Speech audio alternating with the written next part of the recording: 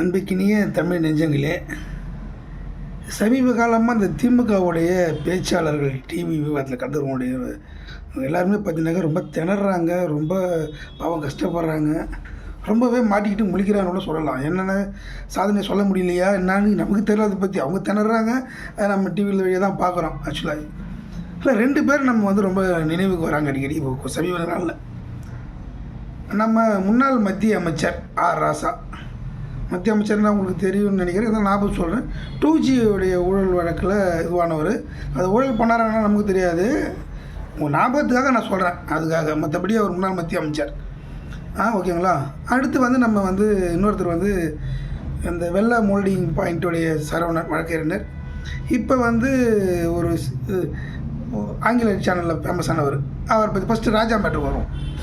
ராஜா வந்து அதுவும் ஒரு டிவி நிகழ்ச்சி தான். ஆக்சுவலாக இளைஞர்கள் இருக்காங்க, அவங்க கேள்வி கேட்கலாம், தலைவர்கள் பதில் சொல்லணும். இப்போ மட்டும் இல்லை, 2 தலைவர்கள் இருக்காங்க போல். அப்போ அங்கேருந்து ஒரு பையன் ஒரு கேள்வி கேட்குறாங்க. இந்த மாதிரி வந்து உங்கள் முதல்வர் வந்து வேங்க வயலுக்கு ஏன் போகலை அப்படின்னு கேட்குறாரு. உடனே இவர் என்ன கேட்குறாரு, வந்து மணிப்பூருக்கு வந்து பிரதமர் போனாரா அப்படின்னு கேட்குறாரு. அடுத்து வந்து அதுக்கு அந்த பையன் அடுத்து ஒரு கேள்வி கேட்குறான். ஒரு நல்ல கேள்வி போட்டு ஒரு லாக் பண்ணிட்டான். 2மே அநீதி தானே, அதில் என்ன போய் அப்படின்றான். அது ஏன் கேள்வி கேட்குறான்னா, இவர் அதுக்கு இன்னும் போல் சொல்ல இருப்பார் நம்ம ராஜா. 2 கேள்வி. அப்புறம் அங்கேயே இன்னொரு கேள்வி கேட்டிருப்பாங்க, என்னது நீங்கள் பொது தொகுதியில் நிற்காமல் ரிசர்வ் தொகுதி அந்த அந்த நெறியாளர் கேட்டிருப்பாங்க. இந்த 2த்துக்கு அவர் சொன்ன ஆன்சரை நம்ம பார்த்தோம். உடனே அந்த மணிப்பூர் வெயிட்டும் இந்த வேங்கவேல் வெயிட்டும் ஒன்றான்னு கேட்குறாரு. பிரதமர் பதவி வெயிட்டும் முதல்வர் பதவி வெயிட்டும் ஒன்றா திரு ராஜா அவர்களே? சரி, மணிப்பூரில் நடந்தது, அது இனக்கலவரம் நடக்குது, ஒரு நிறைய பெரிய கலவரம் நடக்குது. இராணுவமே அது மொத்தத்தையும் மணிப்பூர் கட்டுப்பாட்டில் எடுத்துக்க வச்சுட்டாங்க மத்திய அரசு. கவர்னர் ஆட்சி அங்கே இது பண்ணிட்டாங்க. அங்கே ஆளுங்கட்சி அவங்க எடுத்துட்டாங்க. இத்தனைக்கும் அவங்களுடைய சொந்த ஆளுங்கட்சி, எங்கள் ஆளுங்கட்சி நாங்கள் எடுத்துட்டோம். கவர்னர் ஆட்சி அங்கே நடைமுறை வருது, இராணுவம் கட்டுப்பாட்டில் போகுது. அதுக்கான எல்லா விஷயமும் எனது ஒரு இனக்கலவரம். அது ஈஸியாக சென்சிட்டிவான விஷயம் தான். அது மட்டும் வந்து அந்த சென்சிட்டிவ் ஒன்றா. இது வந்து ஒரு குக்கிராமத்தில் ஒரு நீர் தொட்டியில் ஒரு மலம் கலந்துட்டாங்க. இது ஒன்றும் பெரிய பொள்ளாய் பண்ணலாம் தேவையில்லை. ஆனால் அதை உங்களால் கண்டுபிடிக்க முடியல. நீங்களே சொல்லிட்டு இது சென்சிட்டிவ், அந்த சென்சிட்டிவ் இந்த சென்சிட்டிவ் ஒன்றும் இல்லையா ஒன்றா அப்படின்னு நீங்கள் கேட்டிங்களே. ஏங்க, ஒரு தாழ்த்தப்பட்ட பகுதியில் நீங்கள் தான் வந்து இவங்களுக்கு தான் ரொம்ப உயிரிய நாங்கள் வந்து ரொம்ப பாதுகாப்பாக இருக்குன்னு சொல்கிற அரசு தானே நீங்கள். சரிங்க, நீங்கள் வந்து அங்கே இராணுவ ஆட்சி, இராணுவ ஆட்சின்ற பாருங்கள், கவர்னர் ஆட்சி வந்து கொடுத்தாங்கல்ல, நீங்கள் அந்த ஊரில் வந்து அந்த ஒரு ஊராட்சி தலைவராக இருப்பாங்கள்ல, அவங்கள நீங்கள் ஏதாவது நடவடிக்கை எடுத்தீங்களா? நீங்கள் தான் செய்யலை, அவங்க ஏதாவது கேட்டிங்களா? இல்லைல்ல.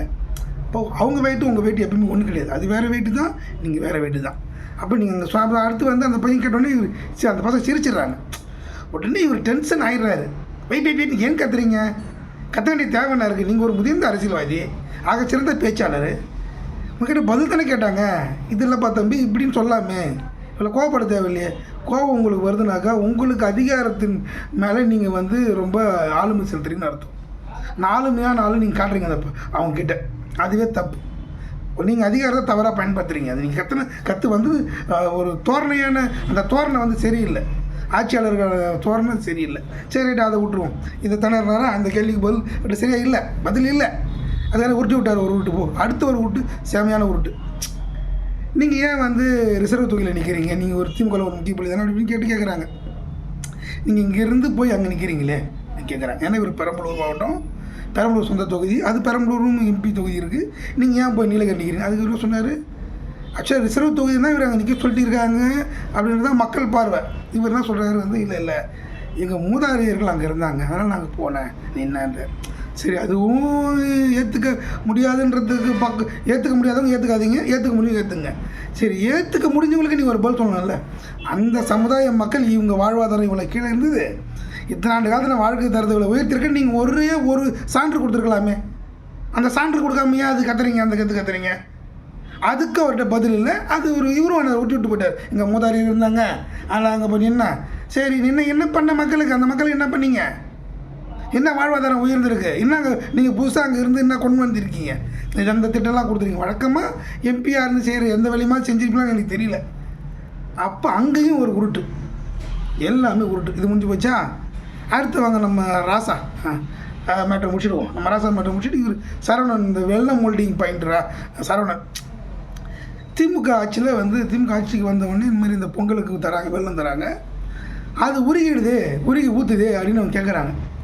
அப்போது ஒரு விளக்கு இதே டிவியில் சொல்கிறார், அது வந்து மோல்டிங் பாயிண்டில் உருகிடுச்சு, வெள்ளம் வெப்பம் இதில் ஹீட்டில் உருகிடுச்சு. என்ன எப்படி உருகும்? அவ்வளோ வெயிலில் கொண்மையாக வந்து வைக்கிறாங்க அந்த வெள்ளத்தை, அவங்க பையில் தானே போட்டு கொடுத்தீங்க. அது போய் அவர் எல்லோரும் நெட்டிசன் கலாச்சாங்க, அது விடுங்க. இப்போ ஒரு சரியான பாயிண்ட், ஒரு இங்கிலீஷ் டிவியோடைய வட மாநில சேனலில் எல்லோரும் பார்த்துருக்காங்க, எல்லோரும் கேள்வி கேட்குறாங்க. அப்போ ஒன்று சிம்பிளாக தான் கேட்டார் அந்த வட மாநிலத்துலேருந்து வந்தவர். இந்த மாதிரி பராசக்தி மூவி என்ன அப்படின்னு கேட்குறாரு. இவர் என்ன சொல்கிறாரு அப்படின்னு கேட்டுட்டு மொழி போர் அப்படின்றார். இங்கிலீஷில் வந்து சொல்கிறத நம்ம தமிழ் மொழி போர்ன்றார். சரி, ஓகே. அப்போ ஆட்சியில் இருந்தது யாருன்னு கேட்குறாரு. காங்கிரஸ்ன்றார். பாவம் சரவணுக்கு தெரியல, இவர் என்ன சொல்லிட்டு போட்டுக்கலாம், அது ஒரு என்டர்டைன்மெண்ட் மூவிங்க, சினிமா வேணாதாங்க, ஒரு பொழுதுபோக்கு தான் சொல்லிட்டு போட்டுக்கலாம். இவராகவே அது மொழி போர்னு சொல்கிறார். இவராகவே அது சினிமா இதோ ஒன்றுன்னு சொல்லி கோத்துக்கினார் இவரே. அப்போ அவர் கேட்ட கேள்வி வந்து இவரால் வெளியே வர முடியல. அப்போ வந்து இப்போ நீங்கள் யாரோட அலைன்ஸ் சொல்ல மாட்டார். அப்போ காங்கிரஸ் சொல்லிட்டு அவர் சிரிக்கிறார். இது எல்லாருக்கும் சிரிப்பு வர தானே செய்யும். நீ யார் ஏற்றியாக மொழி போர் பண்ண இன்றைக்கி யார் கூட எல்லாருக்கும் சிரிப்பாங்க தானே. அவர் சிரித்தார், இன்னொருத்தர் சிரிக்கிறார், இன்னொருத்தர் சிரிக்கிறார், அதை நிறைய சிரிக்கிறார். சிரித்த உடனே இந்த சரவணால் இதை ஏற்றுக்க முடியல. அப்போ திட்டவும் முடியாது. அப்போ அந்த சிரிப்பை இவர் கலாய்க்கிறன்ட்டு இவர் ஒரு வித்தியாசமாக சிரிக்கிறார். அது இன்றைக்கி இந்தியா முழுக்க ஃபேமஸ் ஆகி எல்லாம் ஃபேமஸ் ஆகிட்டார். ஏற்கனவே வெள்ளத்தில் ஃபேமஸ் ஆனவர் இப்போ இதில் ஃபேமஸ் ஆகிட்டார் இந்த இதில். அப்போ இவங்கக்கிட்ட ஒரு உண்மைத்தன்மை கிடையாது. இவங்க சவுண்டாக பேசி பேசி தப்பிச்சு விட்டாங்க. இதில் இன்னொரு ராஜா மேட்ரு எனக்கு இப்போ தான் ஞாபகம் வருது. ஒரு மீட்டிங்கில் வந்து ராஜா வந்து ஒரு பெரியார் புக்கு படிக்கிறார். படித்து இந்த மாதிரி பெரியார் என்ன சொல்லியிருக்காரு பார்த்தீங்களா அப்படின்னு சொல்லிட்டு தூக்கி போட்டு அங்கே ஒரு கருத்து சொல்லிட்டு போயிடுறார். இவ்வளோ தாங்க அப்படி உண்மையாக சொல்லிட்டு போயிடுறாரு.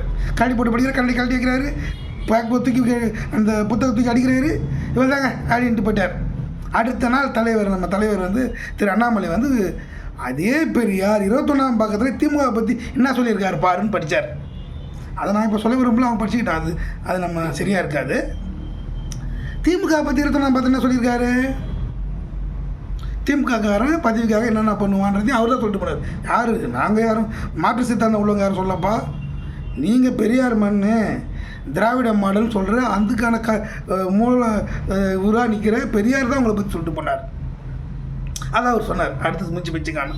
அப்போ இதுலேருந்து நமக்கு என்ன தெரியுதுனாக்கா, இவங்க சத்தமாக பேசிவிட்டு எல்லாம் தெரிஞ்ச மாதிரி பேசிவிட்டு ஏதோ ஒன்று அள்ளி விட்டுட்டு போயிடுறாங்க, அதெல்லாம் ஊற்றி விட்டு போயிடுறாங்க, நம்ம அது பின்னாடி சுற்றுறோம். ஆக மொத்தம் ஆட்சி முடிகிற நேரத்தில் சாயமெல்லாம் வெளுக்குது. இவ்வளோ தான் இவங்களுடைய கண்டிஷன், இவ்வளோ தான் இவங்களுக்கு தெரிஞ்சது, இதுதான் இவங்களுடைய ஆட்சியுடைய தன்மை. மக்களாக நாம் தான் சிந்தித்து செயல்பட்டு நல்லாட்சி தர கூட்டணியை நீங்கள் ஆதரிக்கணும். ஏன்னா அந்த ராஜாவுக்கு 2 மேட்டரை சொல்லியிருப்பாங்க. ராஜா ஒன்றும் சாதாரண ஒரு தொண்டர் கிடையாது, கட்சியில் ஒரு முக்கியமான ஆள். அவரே வந்து இந்த நிலையில் தான் பதட்டத்தில் இருக்கார். என்ன அதாவது சொல்லுவாங்கள்ல, மடியில் கணனில் வயலில் பயல்னாக்க, மடியில் கணனில் தான் வயலில் பயம் இருக்கும். அப்போ அந்த வெயிட் அவர் கற்ற வேண்டிய அவசியம் இல்லை ராஜா அவர்களுக்கு, திரு ராஜா அவர்களுக்கு. கேட்ட கேள்வி சிம்பிளாக சொல்லிட்டு போயிடலாம். ஆனால் அந்த சிம்பிள் சொல்ல முடியாது. அதுக்கான நியாயமான பதில் அவர்கிட்ட இல்லை. பாவம், அவர் என்ன பண்ணுவார், சரவணன்கிட்ட இப்போ நியாயமான பதில் இல்லை, இருந்தால் சொல்லியிருப்பார்ல. அப்போ அவர் வந்து என்ன பண்ணுறது, சிரிச்சு தான் மழுப்பி போகணும். இவ்வளோ தாங்க, தட்ஸ் ஆல்.